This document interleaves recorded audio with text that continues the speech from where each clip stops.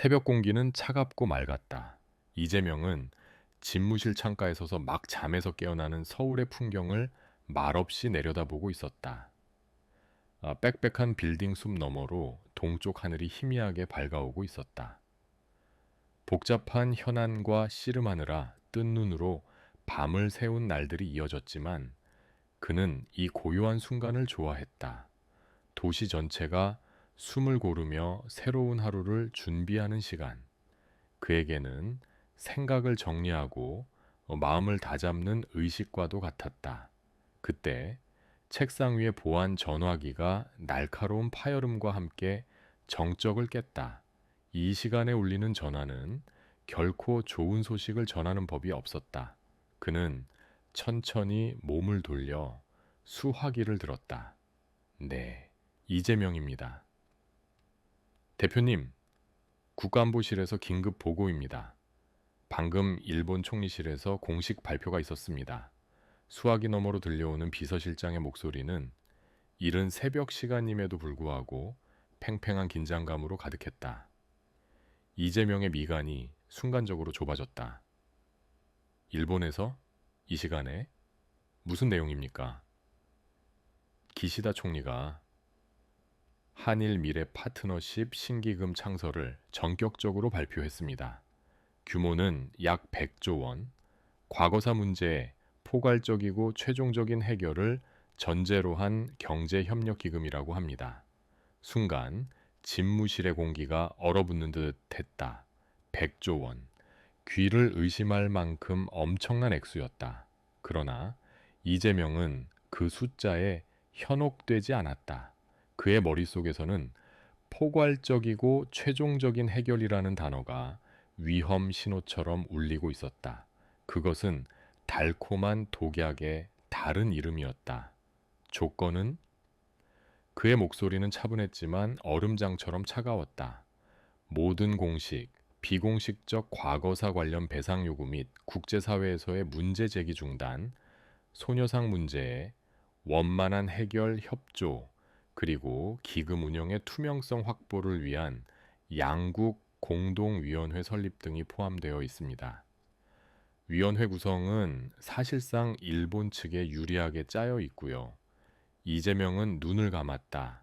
그림이 완벽하게 그려졌다. 이것은 화해의 손짓이 아니었다. 교묘하게 설계된 외교적 체크메이트 시도였다. 기시다 후미오가 던진 거대하고 화려한 미끼, 그리고 그 미끼를 무는 순간 대한민국의 외교적 자존심과 역사는 100조 원이라는 가격표와 함께 박제될 터였다. 전화가 끊기고 불과 몇 분도 지나지 않아 대한민국은 벌집을 쑤신 듯 요동치기 시작했다. 인터넷 뉴스 포털의 메인은 기시다의 웃는 얼굴과 백조라는 자극적인 헤드라인으로 도배되었다. 속보, 리 기시다, 백조 기금 파격 제안, 과거사, 미래로 넘자, 역사적 결단, 베르수스 외교적 굴욕. 대한민국 경랑 속으로 여론은 순식간에 양극단으로 갈라졌다. 경제계와 보수 언론은 일제히 환영의 뜻을 내비쳤다. 장기적인 경기 침체에 허덕이던 상황에서 100조라는 돈은 가뭄의 단비처럼 보였다. 과거에만 얽매일 순 없다. 미래를 위한 대승적 결단이 필요하다는 칼럼들이 쏟아져 나왔다.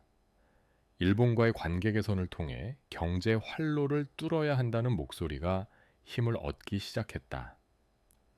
반면 시민사회와 진보 진영은 격렬하게 반발했다. 돈으로 역사를 사려는 것이냐? 피해자들의 눈물을 외면한 굴욕적인 야합이다. 라는 구호가 터져 나왔다.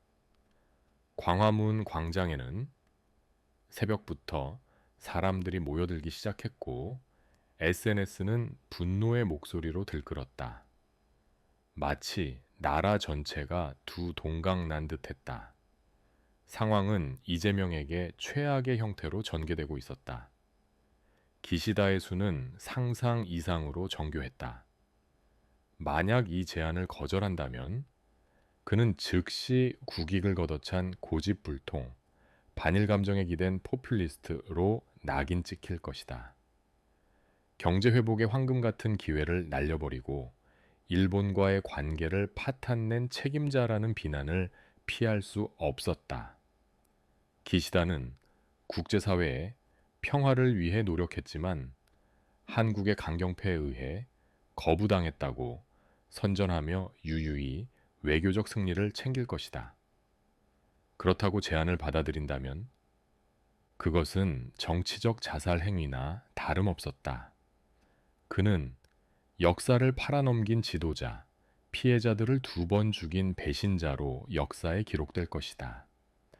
지지층은 산산조각 날 것이고 그의 정치 생명은 그걸로 끝이었다. 진퇴양난, 사면초가, 어떤 단어로도 이 절망적인 상황을 다 표현할 수 없었다. 오전 9시 긴급 대책회의가 소집되었다. 회의실의 공기는 무겁게 가라앉아 있었다. 모여든 참모들의 얼굴에는 당혹감과 위기감이 역력했다. 이건 명백한 함정입니다. 돈으로 우리 입을 틀어막겠다는 속셈 아닙니까? 절대 받아들일 수 없습니다. 한 젊은 참모가 격앙된 목소리로 외쳤다. 하지만 현실을 봐야 합니다. 지금 우리 경제 상황에서 100조 원은 무시할 수 없는 돈입니다. 거절했을 때의 역풍을 감당할 수 있겠습니까? 당장 주식시장부터 폭락할 겁니다. 경제수석이 신중론을 폈다. 국제사회의 시선도 고려해야 합니다.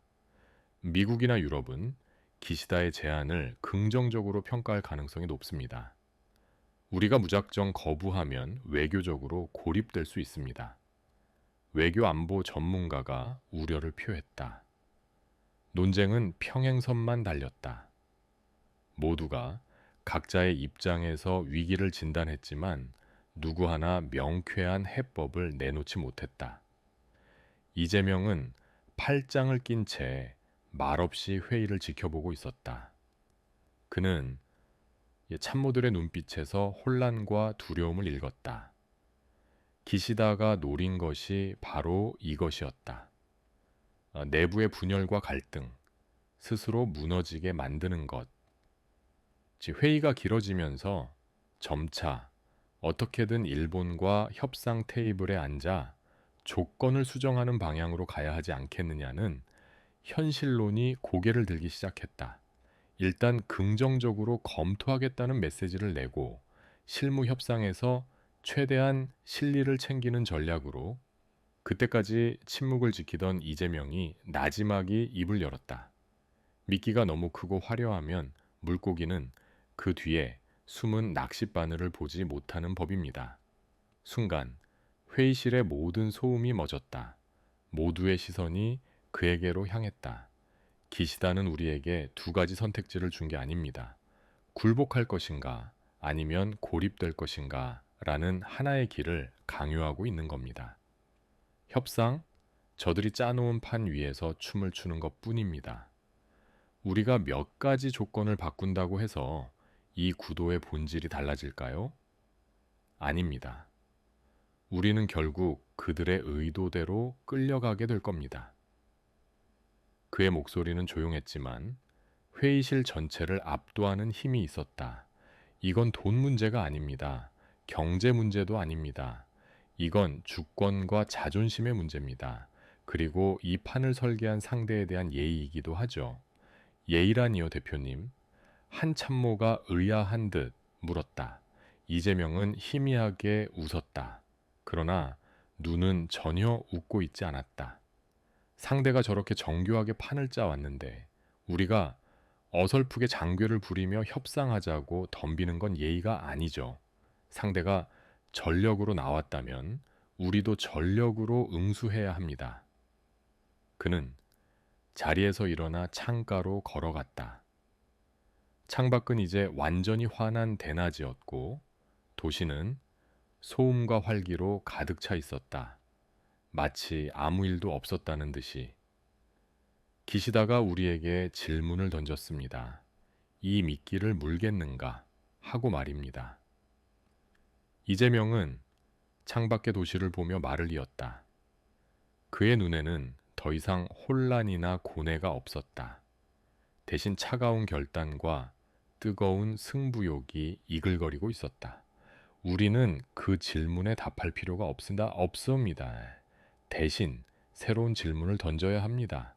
판 자체를 뒤엎어버리는 질문을 말입니다. 그는 천천히 몸을 돌려 회의실의 참모들을 둘러보았다. 기시다가 던진 이 화려한 미끼, 이건 위기가 맞습니다. 하지만 모든 위기 속에는 기회가 숨어 있는 법이죠. 그들은 우리가 미끼를 보고 허둥댈 거라고 생각했겠지만 천만에 우리는 미끼를 던진 낚시꾼의 손목을 노릴 겁니다. 이재명의 선언에 회의실의 공기는 완전히 바뀌었다. 절망과 혼란이 걷히고 그 자리에 팽팽한 긴장감과 결의가 들어찼다. 아직 구체적인 방법은 보이지 않았다. 그러나 리더의 눈에서 확신을 본 순간 그들은 불가능해 보였던 싸움에 뛰어들 준비가 되었다. 그날 오후 이재명의 이름으로 나온 공식 논평은 단 3문장이었다. 일본 정부의 제안을 무겁게 받아들인다. 모든 가능성을 열어두고 신중히 검토하겠다. 그러나 어떤 결정도 역사와 국민의 자존심을 저버리는 일은 없을 것이다. 지극히 원론적이고 예측 가능한 답변. 언론은 고심에 빠진 이재명이라며 분석 기사를 쏟아냈다. 기시다 총리실은 여유로운 미소와 함께 한국 측의 현명한 판단을 기다리겠다고 화답했다. 모두가 이재명이 기시다가 만들어 놓은 체스판 위에서 어떤 말을 움직일지 숨죽여 지켜보고 있었다. 그러나 이재명은 이미 체스판을 엎어버릴 생각뿐이었다. 거대한 미끼 아래 숨겨진 날카로운 낚싯바늘. 그는 그것을 역으로 이용해 낚시꾼을 물속으로 끌어들일 방법을 찾기 시작했다. 위기는 이제 막 시작되었지만 그의 머릿속에서는 이미 기회의 문이 열리고 있었다. 이재명의 원론적인 논평이 발표된 후 며칠간은 폭풍 전야와 같은 고요함이 흘렀다. 그러나 물밑에서는 거대한 압력 솥의 증기가 차오르고 있었다. 보이지 않는 압박은 사방에서 가장 예상치 못한 방식으로 그의 숨통을 조여왔다. 첫 번째 압박은 정치권 내부에서 시작되었다. 야당은 기다렸다는 듯이 총공세에 나섰다. 이재명 대표는 더 이상 국민을 불안하게 하지 말고 기시다 총리의 대승적 결단을 받아들여야 합니다. 100조라는 천문학적인 돈으로 경제를 살릴 기회를 걷어차는 것은 역사적 죄를 짓는 것입니다. TV 토론회와 국회 연설에서 야당 대표는 목에 핏대를 세우며 이재명을 과거에 갇힌 몽상가로 몰아세웠다. 그들은 경제와 미래라는 달콤한 단어로 프레임을 짰다. 이재명이 제안을 거부하는 것은 곧 민생을 외면하는 것이라는 논리였다. 이 프레임은 생각보다 강력해서 중도층의 여론을 서서히 잠식하기 시작했다. 두 번째 압박은 더욱 은밀하고 거대했다. 대한민국 경제를 움직이는 재계 총수들이었다. 공식적인 만남은 아니었지만 여러 경로를 통해 그들의 우려가 전달되어 왔다. 한밤중에 걸려온 한 재벌 총수의 전화는 그 압박의 정점이었다. 대표님, 밤늦게 죄송합니다. 노회한 목소리는 정중했지만 그 안에는 서늘한 의도가 담겨 있었다. 일본과의 관계가 틀어지면 저희 같은 수출 기업들은 정말 힘들어집니다. 특히 반도체나 자동차 부품 공급망은 생각만 해도 끔찍합니다. 대표님의 현명한 판단을 믿습니다. 현명한 판단이라는 말은 사실상 우리가 원하는 대로 하라는 협박이었다. 그들은 기시다의 100조 기금이 가져올 단기적 이익뿐만 아니라 제안을 거부했을 때 일본이 가할 수 있는 비공식적 경제 보복을 더 두려워하고 있었다. 세 번째 압박은 태평양 건너에서 왔다. 주한 미국 대사는 한미 동맹의 발전을 위한 의견 교환이라는 명목으로 이재명과의 독대를 요청했다. 대사는 시종일관 부드러운 미소를 잃지 않았지만 그의 메시지는 분명했다. 워싱턴에서는 이번 기시다 총리의 제안을 매우 흥미롭게 지켜보고 있습니다. 아시다시피 한일 양국의 안정적인 협력은 동북아 평화의 핵심 축이니까요. 우리는 이 대표님께서 이 민감한 사안을 미래지향적인 관점에서 풀어주시리라 믿습니다. 미국은 표면적으로 중립을 지켰지만 속내는 명확했다. 자신들의 아시아 전략에서 가장 중요한 두 동맹국인 한국과 일본이 삐걱거리는 것은 골칫거리였다. 그들은 이 문제가 어떻게든 조용히 해결되기를 바랐다. 이재명이 제안을 거부해 갈등이 격화되는 시나리오를 가장 경계하고 있었다.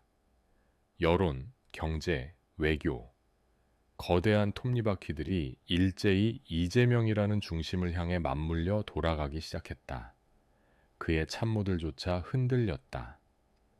매일 아침 보고되는 여론조사 수치는 조금씩 그에게 불리하게 돌아가고 있었다.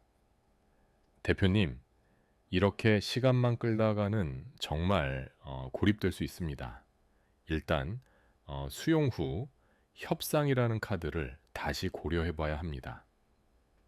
불안에 휩싸인 참모들의 목소리가 회의실을 채웠다. 모두가 그의 입만 바라보고 있었다. 이재명은 그들의 눈빛에서 자신을 향한 걱정과 의심을 동시에 읽었다. 그날 밤 이재명은 공식적인 참모 조직과는 별개로 극소수의 인원만으로 구성된 비밀팀을 자신의 진입무실로 불렀다. 판을 뒤엎을 전략을 만들 전사들이었다. 여기에는 날카로운 국제법 전문가, 노련한 외교 전략가, 그리고 여론의 흐름을 꿰뚫어보는 미디어 전문가가 포함되어 있었다. 모두들 와줘서 고맙습니다. 이재명은 집무실의 모든 조명을 끄고 책상 위에 작은 스탠드 하나만 켰다. 방 안에는 짙은 어둠과 함께 팽팽한 긴장감이 흘렀다. 지금부터 우리의 회의는 어떤 기록에도 남지 않을 겁니다. 우리는 유령처럼 움직여야 합니다. 그는 상황을 정리했다. 기시다는 우리를 상대로 선악의 프레임을 짰습니다. 자신의 제안은 선미래, 경제, 화해이고 우리의 거부는 악, 과거, 고집, 갈등으로 발등하여 보이게 만들었죠. 이 프레임 안에서 싸우면 우리는 백전백패입니다. 그럼 어떻게 해야 합니까? 프레임 밖으로 나가는 것 자체가 불가능해 보입니다. 국제법 전문가가 말했다. 프레임 밖으로 나가는 게 아닙니다. 이재명이 답했다. 더 큰 프레임을 만들어 기존의 프레임을 그 안에 가둬버리는 겁니다. 그는 자리에서 일어나 화이트보드 앞으로 걸어갔다. 기시다의 제안은 한일이라는 양자관계에 갇혀 있습니다. 가해자와 피해자, 돈을 주는 자와 받는 자의 구도죠. 우리는 이 판을 국제사회 전체의 무대로 확장시켜야 합니다. 이재명은 보도에 보편적 인권과 전쟁 범죄에 대한 인류의 책임이라고 적었다. 이 문제는 단순히 한국과 일본만의 문제가 아닙니다. 과거 제국주의와 전쟁 범죄를 겪은 모든 국가, 그리고 인류의 보편적 양심에 관한 문제입니다. 기시다의 돈은 화해가 아니라 침묵을 강요하는 대가입니다. 우리는 이 점을 전 세계에 알려야 합니다. 하지만 어떻게 말입니까? 그냥 비판 성명을 내는 것만으로는 부족합니다. 이미 국제사회는 기시다의 제안을 긍정적으로 보는 분위기인데요. 외교 전략가가 반문했다. 바로 그 지점에서 이재명의 숨은 카드가 모습을 드러내기 시작했다. 그래서 우리는 거부나 비판이 아닌 대안을 제시할 겁니다. 기시다의 제안을 압도할 만큼 도덕적이고 설득력 있는 대안을 말입니다. 그의 눈이 빛났다. 우리는 국제연대 평화기금 창설을 역으로 제안할 겁니다. 회의실에 있던 모두가 숨을 삼켰다. 이 기금은 한일 양국만이 아닌 2차 세계대전 당시 일본 제국주의에 의해 피해를 입은 모든 국가와 피해자들이 참여하는 형태가 될 겁니다. 독일이 나치 범죄에 대해 그랬던 것처럼 일본이 진정한 반성을 토대로 주도적으로 기금을 출연하고 우리 한국은 물론 중국, 필리핀, 네덜란드 등 다른 피해국들이 함께 참여해 기금을 운영하는 겁니다. 이재명의 설명이 이어졌다. 기금의 목적은 단순한 경제 협력이 아닙니다. 첫째, 전 세계에 흩어진 피해자들의 존엄 회복과 실질적 배상. 둘째, 역사 왜곡을 바로잡기 위한 공동 역사 연구 및 교육 자료 개발. 셋째, 다시는 이런 비극이 없도록 미래 세대를 위한 국제 평화 교육 프로그램 운영. 이것이 기금의 3대 원칙입니다. 엄청난 발상입니다. 미디어 전문가가 감탄했다. 그렇게 되면 공이 완전히 기시다에게 넘어가는데요. 바로 그거요. 이재명이 화이트보드를 손가락으로 가리켰다. 우리의 제안을 기시다가 받는다면 그는 진정으로 과거를 반성하는 지도자로 역사에 남게 될 겁니다. 물론 우리가 원하는 방식대로 말이죠. 만약 거부한다면 그의 백조 기금은 결국 다른 피해국들은 외면한 채 한국만 돈으로 입막음하려 했던 속보이는 정치쇼였다는 게 만천하에 드러나게 됩니다. 화해라는 그의 명분은 산산조각 나는 거죠. 상황이 180도 뒤바뀌는 순간이었다. 기시다가 쳐놓은 선악의 프레임이 깨지고 진정한 화해 베르수스 기만적 쇼라는 새로운 프레임이 만들어지는 것이었다. 이재명은 수세에 몰린 방어자가 아니라 더 높은 차원의 의제를 설정하는 공격수로 위치를 바꾸고 있었다.